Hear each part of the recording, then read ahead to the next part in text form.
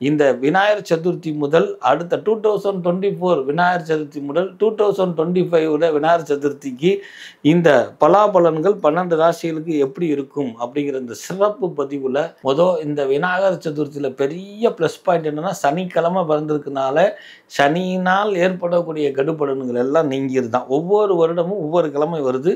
இந்த வருடம் அந்த மாதிரி ஒரு சுபமான ஒரு நிகழ்வு நடக்க இருக்கிறது. விநாயகர் சதுர்த்தி இந்த பிரதானமான நாளில் விநாயகர் பகவானுடைய அருளோல் உங்கள் அத்தனை பேத்துக்கும் நன்மையே கிடைக்கணும்னு சொல்லி இந்த விநாயகர் காலகட்டத்தை நம்ம மேஷராசிக்கு கணக்கு எடுக்கும் பொழுது நேயர்கள் அனைவருக்கும் விநாயகர் சதுர்த்தி நல்வாழ்த்துகளுடன்.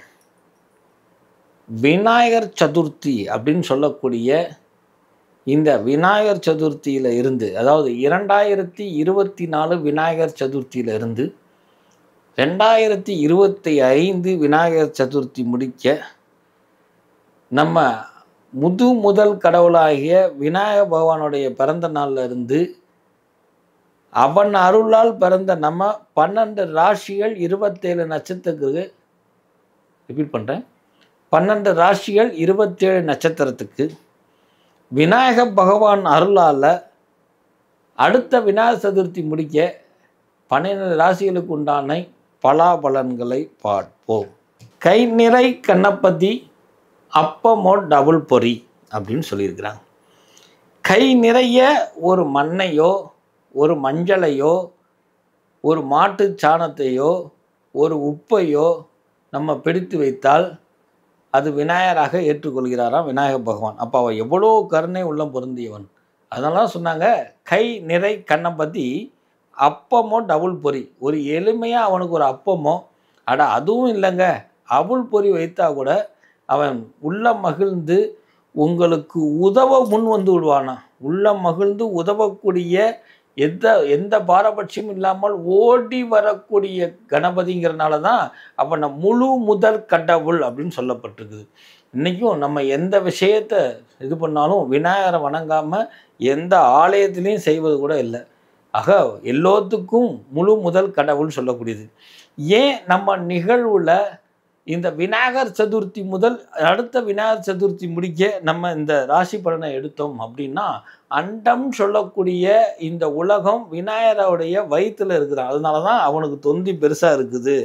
அப்பேற்பட்ட முழு முதல் கடவுளை நம்ம வணங்கும் பொழுது இந்த அண்டம்னு சொல்லக்கூடிய இந்த பூலோகத்தில் நம்ம பிறந்திருக்கிறோம். இந்த 12 ராசிகளுக்கும் விநாயக பகவானுடைய அருளால் எந்த கிரக தோஷமும் இல்லாமல் எந்த சாபமும் இல்லாமல் எந்த பகை உணர்ச்சியும் இல்லாமல் நம்ம ஜாதகத்திலே சில குறைகள் இருந்தாலும் விநாயகர் முதல் கடவுளாகிய அந்த விநாயகர் பிறந்த நாள்ல இருந்து ஆரம்பிக்கும் பொழுதே அத்தனை தோஷமும் நீங்கிவிடும் என்கிற ஒரு அரிய நிகழ்வை உங்களுக்கு தெரியப்படுத்தி, இது எனக்கு மட்டும் இல்லை நம்ம நேயர்களுக்கும் உறுதுணையாக இருக்குங்கிறதுக்காக தான் இந்த விநாயகர் சதுர்த்தி முதல் அடுத்த 2024 விநாயகர் சதுர்த்தி முதல் 2025 விநாயகர் சதுர்த்திக்கு இந்த பலாபலன்கள் 12 ராசிகளுக்கு எப்படி இருக்கும் அப்படிங்கிற இந்த சிறப்பு பதிவில் நீங்கள் காண இருப்பது 12 ராசிகளுக்கு உண்டான ராசி பலன்கள். நாம் இந்த கட்டத்தை அறிந்து கொள்வோம். ராசி கட்டத்தை அறிந்து கொள்வோம். இந்த ராசி கட்டத்தை அறிந்து கொள்ளும் பொழுது குரோதி வருடம் ஆவணி மாதம் 22ஆம் தேதி செப்டம்பர் மாதம் 7/9/2024 சனிக்கிழமை விநாயகர் பகவான் பிறந்த நாள் விநாயகர் சதுர்த்தி. இந்த விநாயகர் சதுர்த்தியில் பெரிய ப்ளஸ் பாயிண்ட் என்னென்னா, சனிக்கிழமை பிறந்திருக்கனால சனியினால் ஏற்படக்கூடிய கெடுபலன்கள் எல்லாம் நீங்கிருதான். ஒவ்வொரு வருடமும் ஒவ்வொரு கிழமை வருது. இந்த வருடம் அந்த மாதிரி ஒரு சுபமான ஒரு நிகழ்வு நடக்க இருக்கிறது. இப்பேற்பட்ட இந்த காலகட்டத்தில் கட்டத்தினுடைய அம்சத்தில் பார்த்தீங்கன்னா, ரிஷபத்தில் குரு, மிதனத்தில் செவ்வாய், சிம்மத்தில் சூரியன் புதன், கன்னியில் கேது சுக்கிரன், துலாமில் சந்திரன், கும்பத்தில் சனி, மீனத்தில் ராகு. நீ 12 ராசிகளுக்கு உண்டான பலாபலன்களை பார்ப்போம். முதலாவதாக ராசியாக மேசராசி. மேசராசி நேயர்களே, விநாயகர் சதுர்த்தி இந்த பிரதானமான நாளில் விநாயகர் பகவானுடைய அருளோல் உங்கள் அத்தனை பேத்துக்கும் நன்மையே கிடைக்கணும்னு சொல்லி இந்த விநாயகர் காலகட்டத்தை நம்ம மேஷராசிக்கு கணக்கு எடுக்கும் பொழுது புதிதாக பிறக்கக்கூடிய 2025 வருட பலனையும், அதற்கப்புறம் தை மாத பலன்களும் சில வானியல் சாஸ்திரத்தையும் பிரசன்ன அடிப்படையில் எடுத்ததால் மேஷராசிக்காரர்களுக்கு அடுத்த விநாயகர் சதுர்த்தி முழுதாக ஏறுமுகமே இருக்கும். ஆனால் சுப செலவுகள் உண்டு. புதிதாக வீடு வாசல் வாங்குவதற்கோ அல்லது புதிதாக வண்டி வாகனங்கள் வாங்குவதற்கோ யோக பலன் இருக்கிறது. உங்களுடைய குடும்ப சகிதமாக எல்லாரும் ஒன்று சேர்ந்து ஒரு இல்லாத ஒரு அல்லது உறவினர் முறையில் சிரமப்படக்கூடியவங்களுக்கு ஒரு திருமணத்தை நடத்தி வைக்கக்கூடிய மகா பாக்கியத்தையும் உங்களுக்கு ஏற்படக்கூடிய அமைப்பு உண்டு. இது ஏற்றுக்கக்கூடிய விஷயமா அப்படின்னு கேட்கலாம். அப்படி ஒரு சூழ்நிலையை விநாயகர் பகவான் அருளால் மேசராசிக்காரர்களுக்கு வருது. இப்போது இந்த மேசராசிக்காரர்கள் அடுத்த விநாயகர் சதுர்த்திக்குள்ள உங்கள் குடும்ப சகிதமாக எல்லாரும் ஒன்று சேர்ந்து ஒரு திருமணத்தை ஒரு வசதி இல்லாதவருக்கோ அல்லது கோயிலில் இருக்கிறவங்களுக்கோ நடத்தி கொடுப்பீங்க. ஒரு கால் அந்த அளவுக்கு வசதி இல்லைன்னா கூட திருமணத்துக்கு உதவி பண்ணுவீங்க அல்லது மாங்கல்ய தானம் பண்ணுவீங்க. அப்படி ஒரு அற்புதமான அமைப்பை இந்த விநாயகர் சதுர்த்தி பலன்களில் மேசராசிக்கு வழங்க இருக்குது.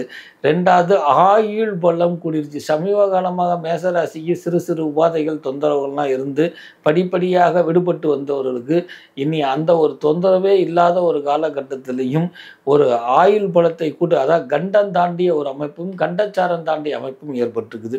மேஷ ராசியில் இருக்கக்கூடிய பெண்களுக்கு விரயம் சொல்லக்கூடிய விரயஸ்தானத்திலிருந்து விடுதலை கிடைக்கக்கூடிய அற்புதமான நிகழ்வு. என்ன விரயம் அப்படின்னா, இவங்களுக்கு செய்யணும் அவங்களுக்கு செய்யணும்னு சொல்லி செலவு கணக்கு அடுக்கிக்கிட்டே போய் அதனால் கடமை மனைக்குள்ளே சிறு சிறு வாக்குவாதங்கள் இதெல்லாம் அந்த சச்சரவுலாம் எல்லாம் நீங்கி விநாயகர் பெருமானோட அருளால் உங்களுக்கு அந்த விரயஸ்தானம்லாம் நிவர்த்தி பெறக்கூடிய அற்புதமான அமைப்பு உண்டு.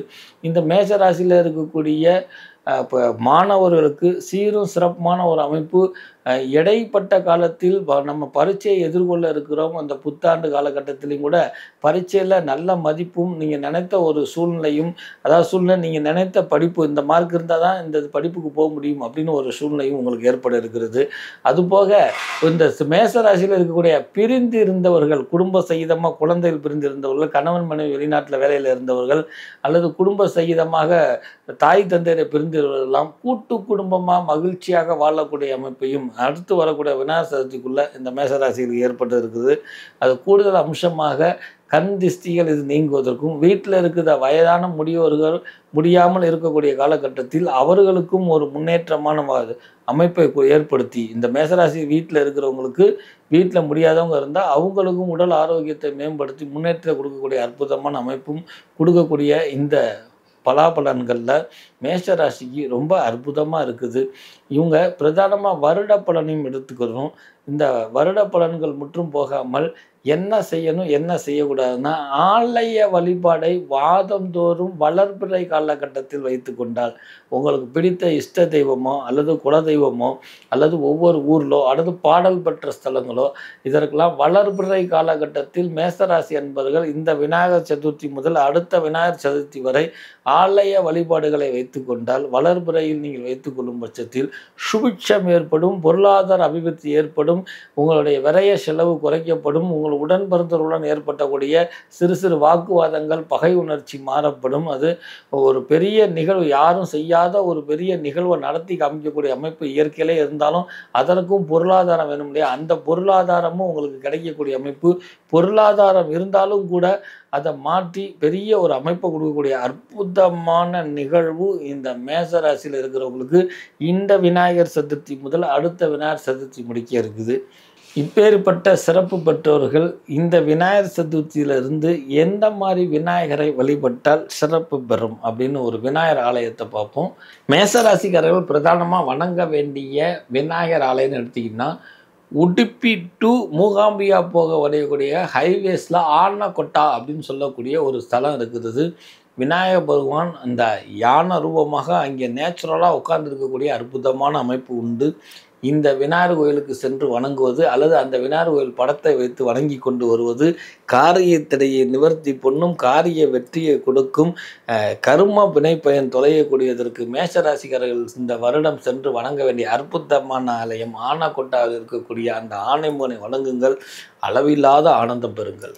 வணக்கம்.